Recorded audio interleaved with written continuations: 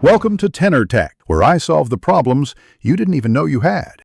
You start by assessing the source. Note resolution, frame rate, codec, and file size so you know what to change and why. Next, pick a realistic target, set a resolution, a bitrate range, and container based on delivery needs. Once done, open your encoder or converter.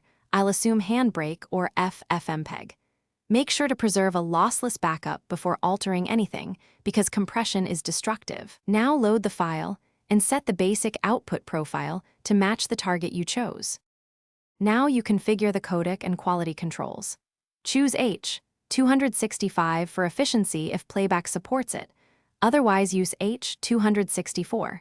Use constant quality or a target bitrate. Constant quality keeps perceptual detail, while bitrate controls file size. If consistent quality matters, run two-pass encoding. It takes longer but yields predictable bit distribution. Adjust keyframe interval and enable hardware encoding only if it provides acceptable quality.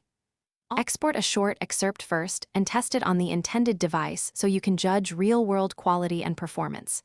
Compare motion, skin tones, and fine detail against the original to see where artifacts appear. If you see banding, blocking, or motion blur, raise the bitrate or lower the constant quality number. If noise is the problem, try denoise before encoding. Finally, document the working settings so you can repeat them.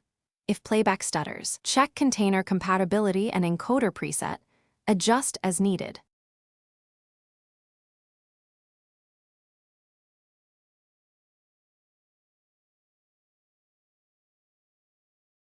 Thanks for watching. Subscribe to keep your life in tune.